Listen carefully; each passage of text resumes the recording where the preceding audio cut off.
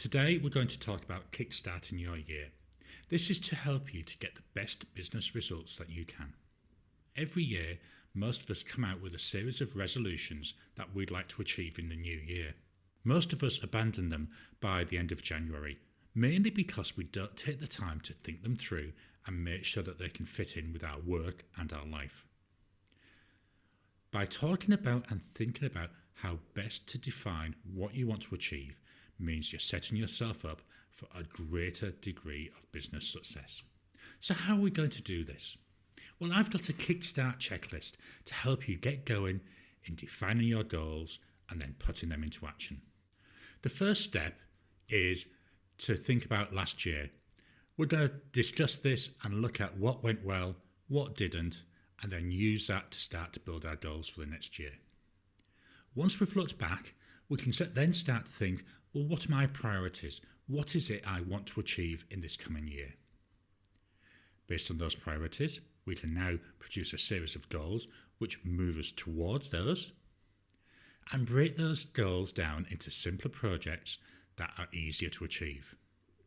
The final step is we're going to take everything and we're going to look and break these projects down into a set of steps that we can easily achieve and that we can get going with straight away. So reviewing last year, what does this involve? Well, it's about reflecting on what you've achieved, but also remember you must reflect on what did not go well and what you didn't achieve. The key part with this step is to take a little bit of time and actually celebrate your successes. A lot of the time, especially for small business owners, we tend to see something that goes well, put a tick in the box and then move on. We never spend the time to think about it and to congratulate us for all the work we've put in to achieve that. So as part of this review, just spend that little bit of a time and celebrate what has gone well. We think about what didn't go well. What we aim to here is look at what can I learn from this? What lessons are there in it to help me to achieve these same goals next year? So this could be where you set yourself a target and you missed it because when you were setting that target, you didn't take into account any other things that may have come up, any distractions, any late changes, any high priority stuff that comes in. So from this, the lesson you would learn is when building my plan, put in some slack time so that I can account for things happening that I didn't put into my plan in the first place. Also look at what priorities and goals did I not meet. Again, it's similar really to looking at the lessons that I've learned. What can I do differently to help me to meet them going forward? So again, this could be that you had a project going which relied on somebody doing some work for you. But in your project plan, you assumed that they would do it straight away. They may have had their own priorities, which means that instead of them doing it straight away, it had to wait in their pile for maybe a month, maybe even longer, which delayed your projects and meant you missed them. Once you've gone through this, can you sit down with someone you can trust? Now, by someone that you trust, it could be your partner. Although, to be honest, partners are often too close. It's usually better to try and find someone who's independent. This is where a coach would come in. You can sit down with them, you can go through what you've learned, and they can ask you the questions to enable you to dig a little bit deeper so you can fully understand the lessons that should have been learned and how best to implement any changes going forward. And at the end of all this, document it, write it down. Don't try and keep it in your head. Your head's not there to keep stuff in. Your head is there to process things. Document it, write it down, and then we can move on to the next step. So now that we understand what happened last year, we can spend the time to identify the priorities for the next year.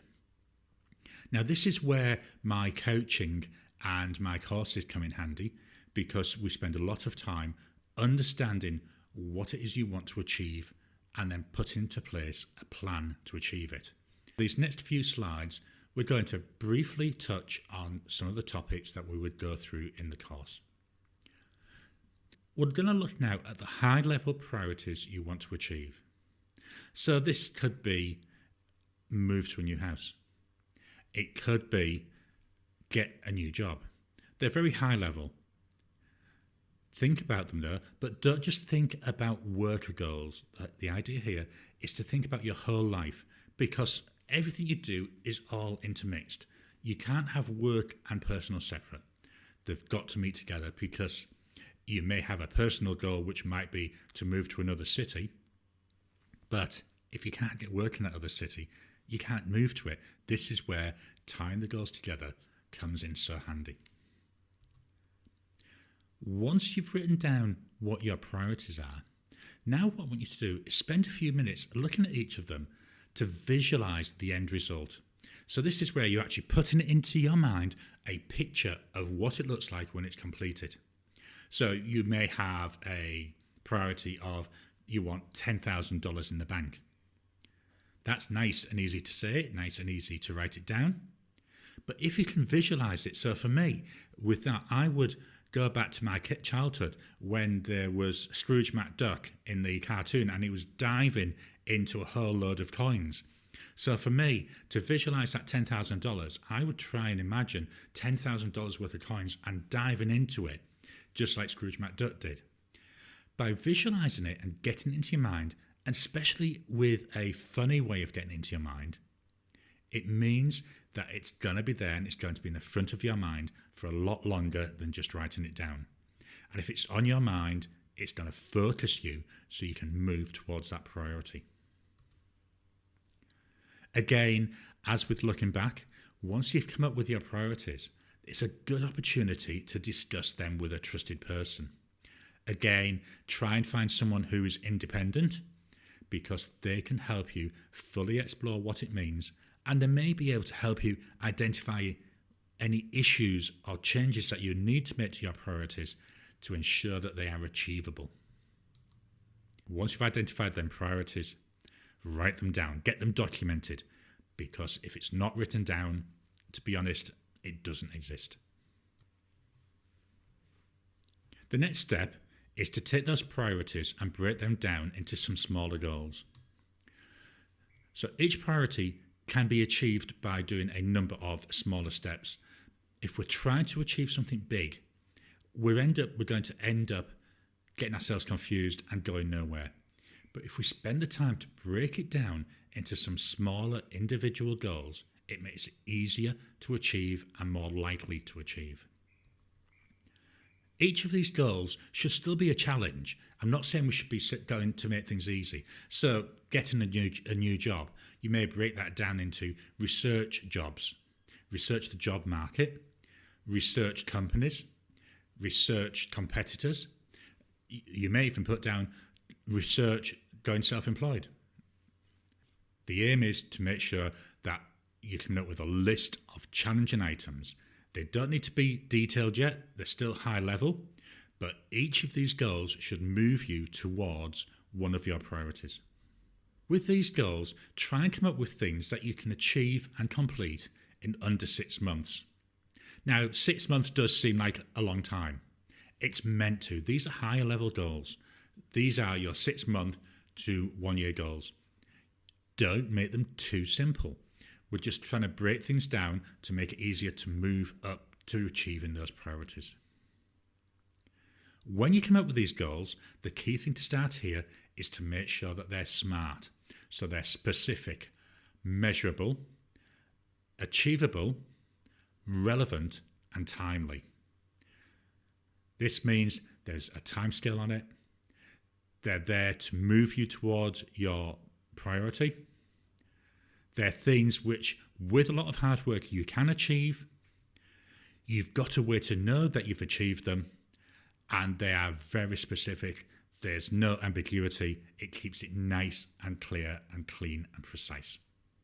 And lastly, well, document them again. Have you noticed a pattern here? Every step, we're writing down what we've decided to do. By writing it down, it makes it easier for us to make sure we're following through the plan and achieving the steps that we've determined. Now we've got our goals, we're going to further break each of these down into some projects.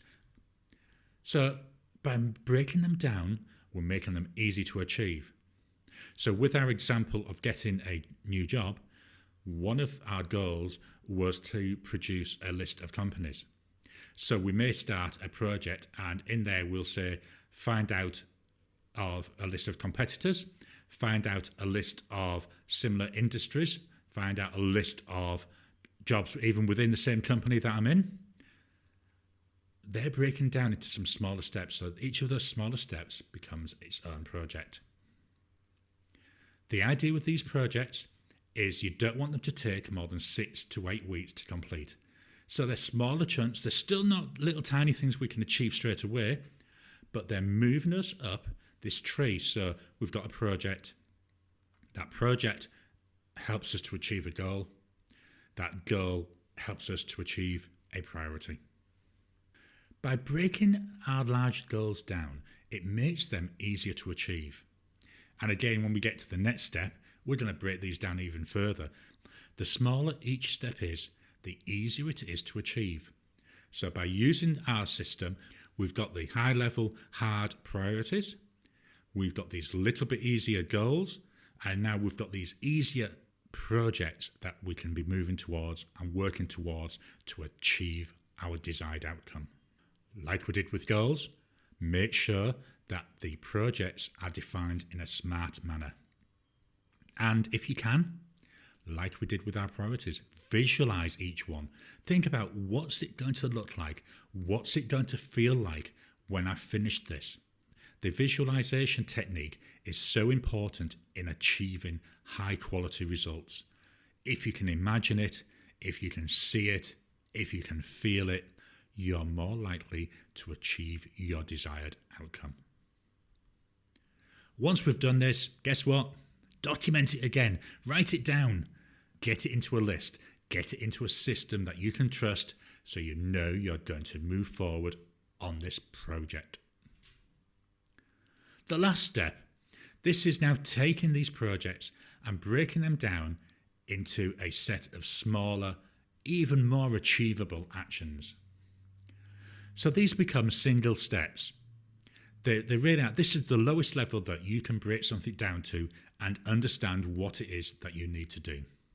Each action should be as simple as you need it to be. An example, if we are going to make a cup of tea, most of us know that to make a cup of tea involves putting on the kettle, getting the tea, putting it into your teapot, getting milk, put milk into a cup, pour boiling water into the teapot, leave it to steep, pour the tea from the teapot into the cup. We instinctively know this, so we don't need to write down all these individual steps. We just put make a cup of tea and we know instinctively what it means. If you didn't know what make a cup of tea is, if someone said to you, go and make me a cup of tea, you wouldn't know.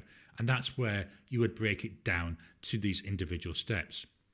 Each person has their own understanding of what is needed to be done. So this is why I say make each action as simple as you need it to be. Not as simple as I need it to be. For me, I may need that detailed breakdown of how to make a cup of tea. But for you, you just need to know you've got to make a cup of tea. You go ahead and do it.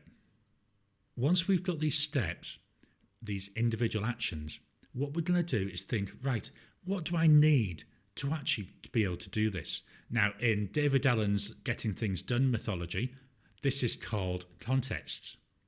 So if you're going to write an email, you would need your computer or your iPad or your phone with a mail client on it. If you don't have any of those, you can't write that email. If you're going to make a cup of tea, you need to have your kitchen, you need to have water, you need to have a kettle. These are all things that you need to allow you to move forward and achieve that action. If you try to do something without the right tools or the right context, then you're setting yourself up for failure. And nobody wants to fail because they didn't plan. Lastly, we document them. We write down these individual steps. And this is where I like a task management system, because I can put them into my task management system. And when I do it, I can tick it off. and I know it's done. At the end of each day, you can look at the list and see what you've ticked off. It's quite surprising the buzz you get seeing that you've ticked off 8 or 9 things, especially when it's been a hard day and you thought, well, I haven't achieved anything. Look at your list, see what you've done. Get that buzz of knowing you've done some hard work. And that's it, really. That's all we need to do to move forwards. We've got our list of items. We're now doing them. We're now going through, processing, getting the work done, getting the results we deserve. So to summarise my Kickstart checklist, review last year. Identify those priorities that you want to do in the next year. They're so important. Start at that top level. Once you know your priorities, you can produce some goals to move you towards it. The goals then lead to some projects. Again, the projects are moving you towards each of those goals, which moves you towards the priorities. Lastly, you're breaking those projects down into a series of steps that you understand and you can go and complete without needing to think any further about it. If you need some help, please contact me.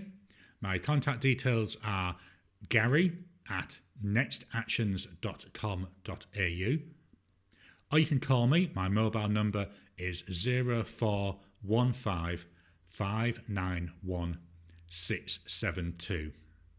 Spend some time over the next couple of weeks, get the plan in place, and then together we can move forward to get you the results that you deserve.